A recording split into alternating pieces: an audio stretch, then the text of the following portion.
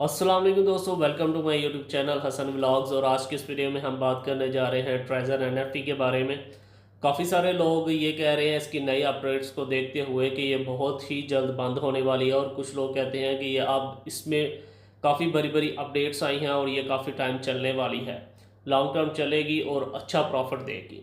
Profit देना, लेना और ये सब चीज़ें एक साइड पर रखती हैं। पहले हम इसको देखते हैं कि इसमें काम करना हराम है कि हलाल। उलमा इकराम से हमने बात की है इस ट्रेजर एनएफटी के बारे में। अहले सुन्नत जमात से मेरा ताल्लुक़ है, और हमने जब इसके मुकम्मल तरीक़ा उलमा इकराम को बताया है, दारुल इफ्ता से हमने बात की है। इसके अलावा हमने जितने भी हम जहाँ तक जा सकते थे हमने मुफ्तियान इकराम से इसके बारे में पूछा है कि क्या इसके ऊपर काम करना चाहिए। उनको बताया है कि इस तरह की एप्लीकेशन और इस तरह से इसके अंदर काम होता है, तो उन्होंने हमें बाकायदा तौर पर यही कहा है कि ये हराम काम है पहली बात, और ये सूद का कारोबार है। ये एक ऐसा काम है जिसमें आपने चंद पैसे अपने रख दिए किसी एक जगह पर, बैंक अकाउंट में या कहीं भी, तो उसके इवज़ आप लोग जो है वहाँ से प्रॉफिट ले रहे हैं, तो ये सूद है। आप लोगों को पता है कि पाकिस्तानी में अगर आप कोई भी बैंक में पैसे रखते हैं तो उसके ऊपर आपको जो प्रॉफिट मिलता है वो सूद होता है। अब यहाँ पर काफ़ी सारे लोग जो है वो इस तरह से कहते हैं कि हम इसके अंदर काम कर रहे हैं। अभी काम किस तरह से है वो भी आपको बता देते हैं। काम इसमें यह है कि आप लोगों ने सिंपल एक दफ़ा एप्लीकेशन को दिन में ओपन करना है, और ओपन करने के बाद आप लोगों ने इसके ऊपर एक क्लिक करना है, और वो आपको एक पिक्चर मिलती है, और वो एक क्लिक में ही आपकी सेल हो जाती है। और लोग ये कहते हैं कि ये हम सेल कर रहे हैं। उलमा इकराम से जब हमने इसके बारे में पूछा कि इस तरह से वो चीज़ों को सेल कर रहे हैं, एक पिक्चर को सेल कर रहे हैं, तो उनका कहना ये था कि कोई भी आप जब चीज़ सेल करते हैं तो उसका आप पहले एक रेट जो है वो फ़िक्स करते हैं कि मैंने इस प्राइस में इस चीज़ को सेल करना है, और आपको पता होता है कि मैंने इस इंसान को सेल की है, रेट आपने तय कर दिया। हाँ, अगर ऑनलाइन है आपको नहीं पता तो, लेकिन कम से कम आपको आपने उसका रेट एक फ़िक्स किया हो और वो आपके मुकम्मल कंट्रोल में हो।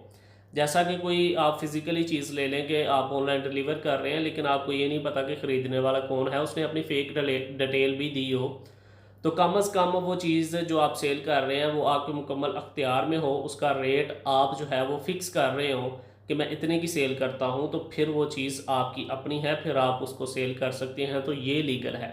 अब एनएफटी की जो पिक्चर होती है आपको पता ही नहीं ये कहाँ पे सेल हुई है, उसका रेट भी आपने मुकम्मल तौर पर आपने फ़िक्स नहीं किया होता, वो उन्होंने ही किया होता है एप्लीकेशन वालों ने।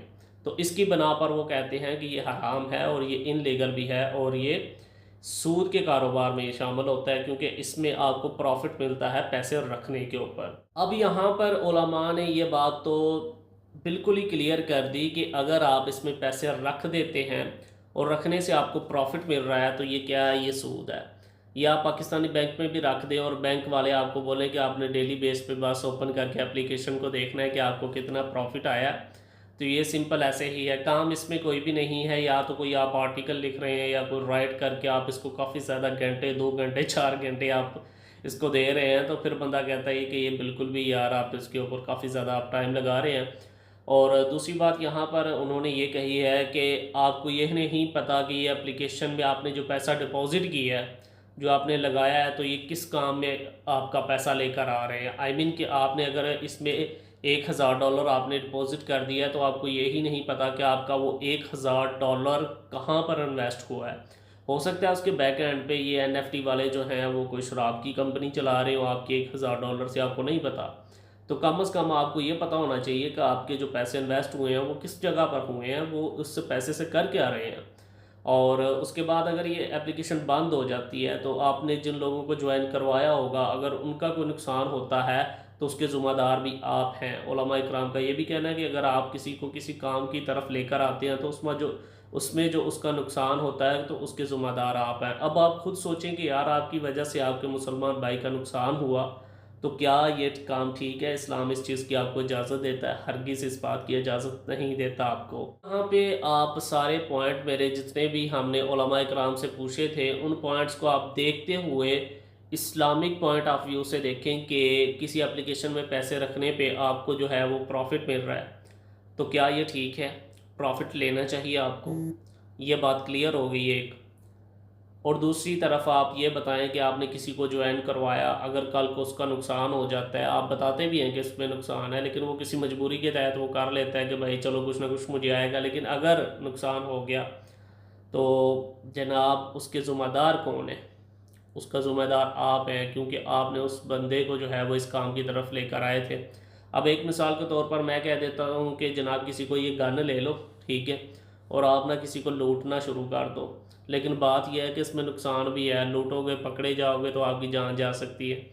तो ये क्या हुआ कि जनाब मैंने उसको काम ही ऐसा बता दिया जिसमें उसकी जान भी जा सकती है, और मैंने उसको काम ही उल्टे पे लगा दिया। तो ये हिसाब इनका होता है कि आप एक बंदे को सूद के कारोबार में लगा रहे हैं कि ये अल्लाह अज़्ज़ वजल से जंग करो जाके, कि यहाँ पे सूद के बारे में हमने उलमा से ये सुना है कि अल्लाह अज़्ज़ वजल कहता है कि जो सूद का कारोबार करता है वो मेरे साथ सीधा सीधा खुल्लम खुल्ला जो है वो तौबा नौज़ बिल्लाह ऐलान जंग करता है।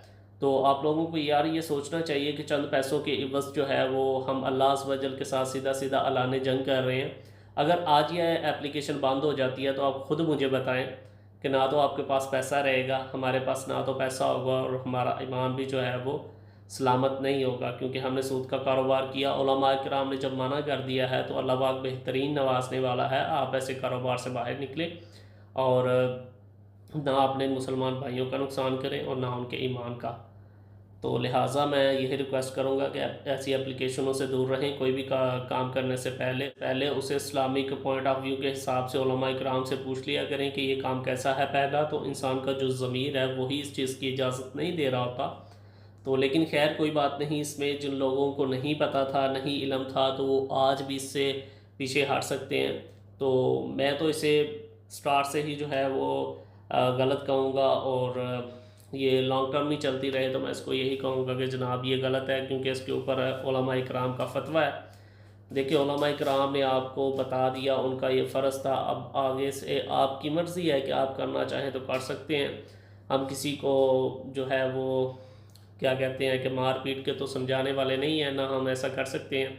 अल्लाह पाक ने आपको बेहतरीन जो है वो मखलूक बनाया, अशरफ अल मखलूक़ात में आपको शुमार किया है, तो आपको बेहतरीन सोच समझ अता किया। तो आप खुद सोचें कि अगर उलमा इकराम ने माना किया है तो फिर हमें माना हो जाना चाहिए।